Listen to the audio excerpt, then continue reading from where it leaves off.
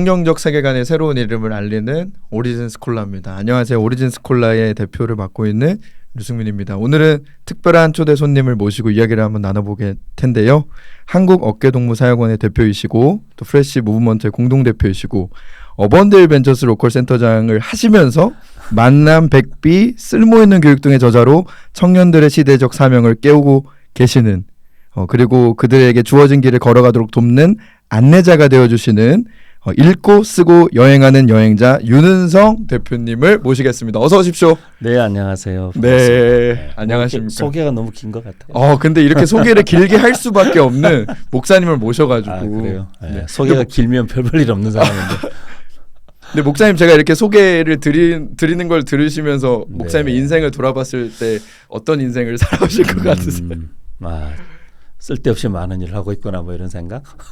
근데 저는 이제 청년의 입장에서 봤을 때는 어떻게 이렇게 사람이 수많은 일을 다 할 수 있나.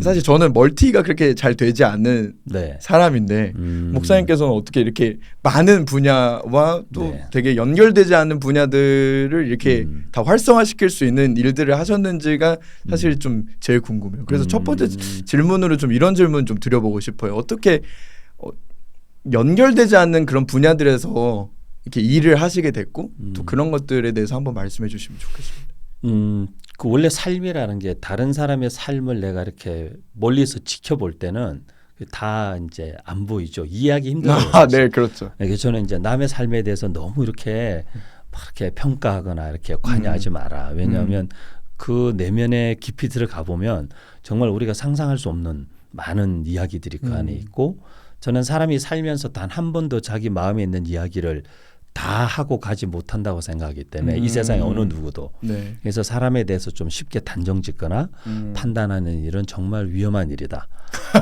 왜냐하면 저의 삶은 제가 볼 때 저의 삶은 굉장히 잘 정돈되고 통합되어 있는데 생각보다 많은 분들이 정말 많은 목사님들조차도 도대체 윤 목사님 뭐 하는 사람인가? 맞습니다. 네, 그런 질문을 종종 받아요. 그리고 본인들끼리 그런 얘기를 한대요. 윤은성 목사님 뭐 하시는 분이지? 뭐 창업도 하시는 것 같고 뭐 이렇게 뭐 선교, 뭐 청년 사역, 뭐 이렇게 여행도 학교, 다니시고 또 역사 탐방, 뭐 글 쓰고 책 쓰고 뭐 강의하고 그리고 또 이런 선교적 교회 운동과 다양한 또 통일 북한 사역 뭐 이런 일들을 하니까 도대체 한 가지를 평생 해도 어려운데 어떤 주제들은 저를 어떻게 하는 걸까 그렇게 생각하고 뭐 어떤 분들은 그래서 뭐 제가 뭐 깊이가 없다 뭐 이렇게 얘기하실 수도 있죠. 근데 저는 이제 그 일을 하는 방식이 좀 다른 것 같아요. 다른 것 같고 뭐 그냥 저의 삶의 여정과 이게 겹쳐 있으니까 간략하게 제 삶의 여정을 좀 소개하면 저는 이제 고신측 목회자였던 아버지 밑에서 굉장히 보수적인 어떤 교회 그리고 신앙의 분위기에서 나고 이제 자랐죠. 이렇게 목회자 자녀로 자랐고 그리고 이제 대학생이 중고등학교 시절에 좀 방황을 많이 했어요. 많이 하고 하나님으로부터 좀 벗어나 보려고 되게 노력했는데 쉽지 않더라고요. 그래서 이제 대학생 때 대학교 1학년 때 하나님께로부터 도망가는 것도 힘들고 하나님을 온전히 쫓아가는 것도 힘든데 이왕이면 넘어져도 앞으로 넘어지자고 그러니까 하나님을 쫓아가면서 힘든 쪽을 택하기로 결심을 한 거예요. 그래서 이제 그게 저한테는 어떻게 보면 사람들이 말하는 어떤 회심의 순간 그냥 생각의 전환이었어요. 그냥 하나님을 따라가는 삶도 쉽지 않고 도망가 보니 도망가는 것도 되게 힘들고 막 죄책감도 들고 막 이런 마음들이 있는데 그러면 이왕지사 인생 힘든 거 나중에 남는 쪽을 선택하자. 그런 되게 단순한 생각이어서 어떻게 보면 그래서 이제 선택하게 됐고 그렇게 됐을 때 어떤 만남이 있었는데 이제 이렇게 그때 당시에는 이제 외국 시민권자들은 북한을 다닐 수 있는 그래도 시대였는데 북한을 다녀오신 어떤 미국 시민권자 목사님이 이제 이렇게 만나게 됐는데 북한에 대한 이야기를 쭉 해주시는 거예요. 북에서 만났던 사람들 경험하신 것들 이렇게 얘기하는데 그때 저한테 이제 북한 통일에 대한 마음이 좀 이렇게 들어왔어요. 근데 이게 뭐 이렇게 갑자기 그 순간에 막 엄청 이런 뜨거운 무슨 경험이 아니고 그냥 저도 모르는 사이에 저 안에 북한 통일이라는 게 이렇게 쑥 들어온 느낌이었어요. 이렇게 스며든 느낌이었어요. 그러면서 이제 그때부터 사실 제가 하는 모든 사역과 일들은 통일과 북한과 연계되어 있어요. 그래서 사실 하나님 나라 선교라는 게 삶의 궁극적인 목적이지만 그 안에서도 선교의 다양한 나라와 영역과 종족과 다양한 사역들이 있지만 저는 이제 특별히 통일과 북한 사역에 하나님 좀 강한 부르심과 마음을 심어 주셨죠. 거기서부터 출발해서 이제 청년들에 대한 관심이 가지게 됐고 왜냐 우리 청년 그때 당시 제 생각에는 우리 청년 세대가 저도 청년이었고 네네. 성인이 되면 통일되지 않을까 이런 생각이 있었어요. 네. 그래서 이 통일 시대를 살아갈 청년 세대를 준비시켜야 된다. 그런 마음이 네. 이제 있었고 왜냐하면 우리도 어릴 때 되게 강력한 반공 교육을 받고 자랐기 때문에 이런 서로 간에 너무 먼 거죠. 남과 북이. 그런데 그걸 선교적 관점에서 북한을 보기 시작하니까 우리가 이렇게 계속 가서는 안 되겠구나. 결국 나중에 우리가 함께 더불어 살아가야 한다면 뭔가 서로를 이해하고 공부하고 알아가고 준비하는 게 필요하다. 그래서 이제 다음 세대라고 했을 때 저랑 가까운 청년 세대. 제가 청년 때 목회자 자녀지만 하나님을 또 만나고 또 제 삶의 방향성을 잡았기 때문에 네. 청년들이 이렇게 그 세대에 하나님을 만나고 삶의 방향성을 찾고 어떤 일에 자기의 삶을 드린다면 그 시대와 세대를 바꿀 수 있겠다. 그런 마음이 들어서 이제 하나님의 선교와 통일 북한이 시작된 게 이제 통일 세대에 대한 관심 때문에 청년 사역으로 들어오게 됐고 그리고 제가 그때 이후로 지금까지 이제 한 30여 년 청년 사역자로 청년들과 함께 계속하는 삶을 살아왔죠. 그렇게 이제 하다 보니 청년들의 삶에 너무 많은 고민들이 있는데 교회가 사실 그 고민들을 다 해결할 수 없는 거죠. 청년들은 교회가 다 뭘 해주기를 바라는 마음이 있는 거 제가 아는데 네네. 교회는 사실 교회 본연에 모든 단체나 기관이나 회사도 이제 설립된 어떤 목적과 이유들이 있죠. 네네. 교회가 세상 모든 일을 다 해결해 주는 것은 아니기 아니죠. 때문에 네. 교회는 사실 예배와 말씀과 사실 어떻게 보면 우리의 영적인 삶에 대한 어떤 방향성과 또 양육과 또 하나님을 예배하고 하나님 나라를 꿈꾸는 자들의 공동체처럼 이렇게 네. 세워진 곳이기 때문에 그런 자들이 세상 속에 나가서 이제 어떻게 살아갈 것이냐의 문제가 있는데 세상 속에 살아가고 있는 그리스도인들에 대한 고민들이 교회 안에 사실은 너무 적다. 교회들이 자꾸 커지고 많아지면서 점점 사역도 고민도 대화의 주제도 교회 중심으로만 너무 이제 흘러가게 된 거죠. 네. 그러는 동안에 청년들은 매일 현실을 마주하고 있는데 이제 현장을 잃어버린 교회만 남게 된 느낌이 네. 저한테 좀 있었어요. 그래서 이제 조금 청년 사역자 중에도 교회 안에서 사역하는 청년 사역자도 필요하겠지만 네. 교회 밖에서 청년 사역하는 청년 사역자도 필요하겠다. 네네. 그런 생각을 좀 하게 됐죠. 그러면 과연 내가 교회 밖에서 뭘 할 수 있을 건가? 교회에서 나고 자랐고 교회에서 사역을 20년 넘게 했는데 할 수 있는 거는 교회에서 배운 거는 뭐 컴퓨터와 운전과 뭐 이런 거밖에 없을 수 네네. 있잖아요. 뭐 설교 이런 거. 근데 다행히 저는 제 인생의 비전도 선교 통일 선교의 비전도 만남을 통해서 얻었지만 제가 미국 유학을 하던 시절에 제 인생에 좋은 멘토가 되는 분과의 만남이 있었어요. 그분을 통해서 제가 역사와 이런 인문학에 대한 눈을 뜨게 됐고 한 20여 년 계속 그런 멘토십의 관계를 유지하면서 이제 공부를 좀 하게 됐죠. 그래서 그렇다면 내가 공부해온 것들을 가지고 만나자고 해서 이제 역사를 오래 공부한 토대로 만남이나 아까 말씀하신 백비 쓸모있는 교육 이런 책들을 좀 쓰게 됐죠. 쓰게 됐고 쓸모있는 교육은 교육에 대한 책인데 왜 쓰게 됐냐면 제가 청년 사역을 20년 하면서 네. 무슨 생각이 들었냐면 청년도 늦다. 청년도 좀 늦다는 생각이 들었어요. 그러니까 청년도 늦은 거죠. 그렇죠. 더 빨리 시작해야 된다는 무언가 거죠. 더 빨리 시작해야 된다. 이런 마음이 좀 들어가지고 제가 이제 교육에 대한 관심이 늘 있긴 했었고 그리고 이제 저도 자녀를 낳아서 키워야 되는 입장이고 그러니까 교육에 대한 관심들이 있었는데 청년 사역을 20여 년 해보니까 청년의 때보다 좀 더 이런 시기에 뭔가 형성되어야 되는 어떤 신앙관, 세계관, 네. 가치관 이런 것들이 있는 거죠.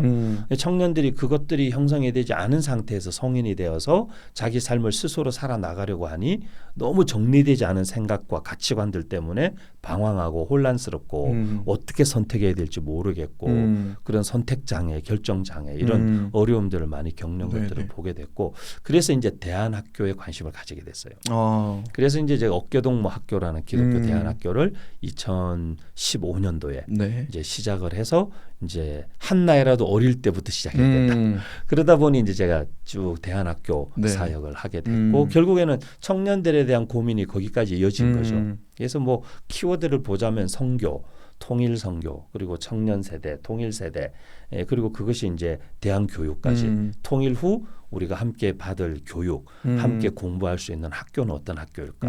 제가 하는 모든 사역의 밑에는 이제 통일이라는 게 깔려 있죠.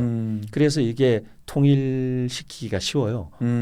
그래서 대안교육, 그 다음에 제가 하는 선교적 교회 운동도 한국 교회를 건강하게 하는 어떤 그리고 교회 본질 회복하는 운동이지만 그 밑에는 또 제가 가지고 있는 다른 방향성은 통일 후에 북한에 어떤 교회들이 세워져야 할 것인가.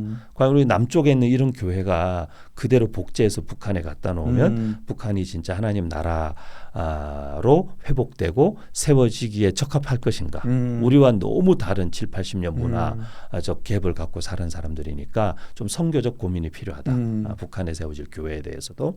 그래서 이제 선교적 교회 운동을 하면서도 한국 교회와 통일 후 우리 한반도 전체 교회를 생각하게 됐고요.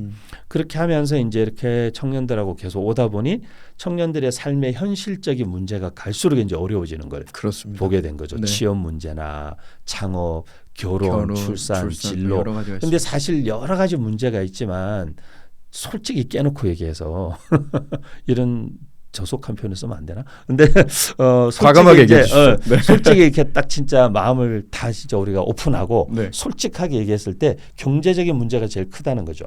돈 문제죠. 네, 그럼요. 네. 결국은 돈이 우리를 지배할 수는 없지만 맞습니다. 우리가 인생 살아가는데 돈은 필요한 건데 결국 우리가 직업 활동을 하는 것도 지금 우리 한국 사회가 이렇게 막 입시, 좋은 대학, 학벌 이런 거에 목을 매는 이유도 사실은 좀 더 나은 삶을 위해서 사실은 그렇게 하는 거잖아요. 그 속내를 들여다보면 결국에는 나중에 뭔가 안정적인 삶과 그런 것들을 다 추구하는 건데 네, 맞습니다. 그거에 있어서 그래도 굉장히 중요한 필수적이자 중요한 역할을 하는 것이 이런 자본이 지배하는 세상에서는 돈인 거죠, 사실은.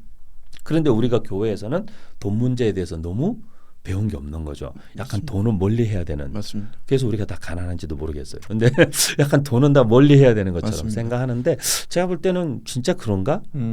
그렇게 하면서 이제 돈 문제, 청년들의 취업, 그리고 진로, 미래 이런 것들을 쭉 고민하다 보니 제가 이런 창업, 벤처에까지 오게 된 거죠. 네, 이 이야기는 조금 더 뒤에 더 자세하게 해갖고 그렇게 하다 보니 이제 제가 통일에 대한 하나님 주신 마음에 순종하다 보니 청년 세대에 대한 마음이 통일 세대에 대한 마음이 생기고 청년들을 만나다 보니 한 나이라도 더 어린 나이부터 해야겠다. 그러다 보니 청소년 사역하다 보니 어린이, 그래서 학교 이렇게 가게 됐고 그렇게 해서 가는 중에 목회자가 되고 이제 목회 현장에 있으면서는 건강한 교회에 대한 고민 그리고 통일 후 북한에 세워질 교회에 대한 고민으로 자연스레 연결이 되게 되고 지금도 사실 우리 한국 교회가 성도들도 그러고 교회에 대해서 고민이 많잖아요. 네네. 교회로 옮겨야 되냐 말아야 되냐 막 이게 진짜 교회냐 아니냐 어떤 교회가 진짜 건강한 네. 교회냐 고민을 많이 하는데 통일 후에 북한에도 똑같은 일이 일어나면 안 되니까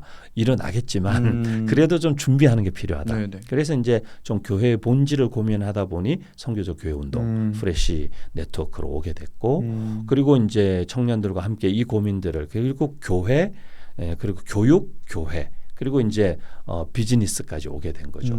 왜냐하면 통일 후 북한의 저는 마을 커뮤니티들이 회복되는 게 되게 중요하다고 생각하는데 이 커뮤니티가 회복되는 기초가 뭐냐라고 했을 때는 사실 경제적 기반이 되게 중요하죠. 그래서 이런 창업이나 새로운 어떤 결국 북한은 우리가 열리거나 들어가게 되면 그냥 백지 상태잖아요. 네. 어떻게 보면 백지 상태인 그 마을 커뮤니티 안에 어떤 경제 활동들을 통해서 커뮤니티의 경제적 기반을 형성하고 그 위에 기독교 교육 공동체와 건강한 선교적 교회가 세워짐으로 마을 커뮤니티가 회복되기를 원하는 네, 그게 이제 제가 지금 여러 사역들을 다 관통할 수 있고 가고 있는 방향성이 그렇게 모아지는 거죠. 교육 그리고 교회 그리고 이제 경제 이 세 영역을 가지고 통일의 북한의 마을 커뮤니티 회복과 선교제도 이제 다른 선교제도 똑같이 이걸 공유할 수 있는 사실 것들이죠.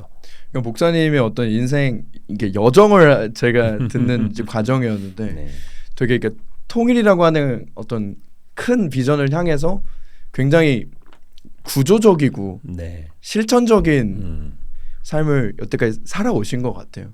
되게 다양하게 통일 대한민국에 필요한 교육에 대한 구조적인 문제, 그다음에 경제적인 구조의 문제, 네. 사회적인 구조적인 문제, 교육적인 구조적인 문제를 고민하시다 보니까 네. 정말 저희가 다 이해할 수 없는 어떤 넓은 스케일의 사역들을 감당하셨는데, 근데 사실 저는 좀 제가 그냥 하나의 어떤 청년으로서 나의 인생이 뭔가에 하나에 꽂혀가지고 간다라는 것이 사실 저는 조금 리스크가 있다고 그렇죠. 생각이 그럼요. 들거든요. 그러니까 저도 제가 꿈꾸는 뭔가 비전은 저도 통일 대한민국을 꿈꾸는데 저는 조금 더 다른 영역으로 문화적인 대한민국을 꿈꾸고 네네. 그 문화적인 대한민국을 꿈꾸는 발판으로 저는 패션 영역에서 제조부터 기획부터 그다음에 소비자에 이르는 그런 모든 단계를 저는 꿈꾸는 사람인데 네.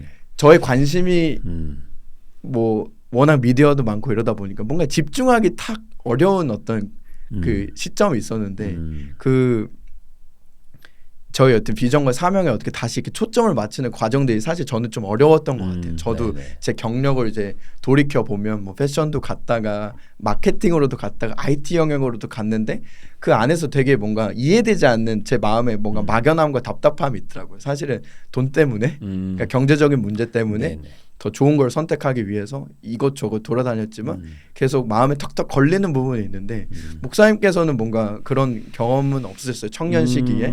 사실 저는 이제 제가 최근에 어떤 목사님과 대화 중에 그런 얘기를 했어요. 제가 제 인생에 지금 현재 에너지를 가장 많이 쓰고 있는 일이 학교, 교육 그리고 이제 다음 세대 교육 네네. 관련된 일 그리고 선교적 교회 운동 그리고 청년 창업 이 세 가지 일을 하고 있는데 어쨌든 현재는 지난 그리고 지금까지는 이 세 일에서 저에게 어떤 재정적인 수입도 생기지 않아요.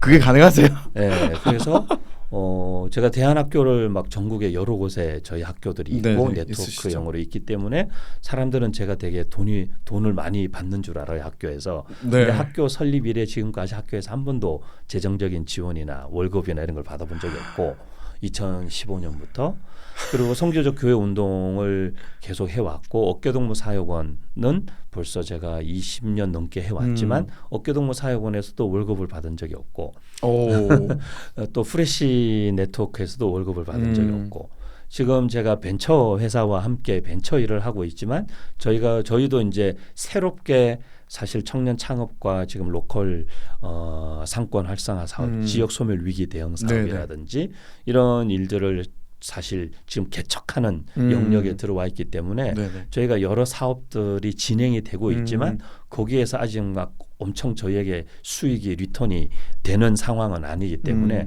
현재는 계속 투자하고 있는 어떻게 보면 상황이기 때문에 거기서도 사실 재정적인 제가 지원이나 수입을 전혀 가지고 오고 있지 않고 그런데 이제 저는 포인트는 이건 것 같아요.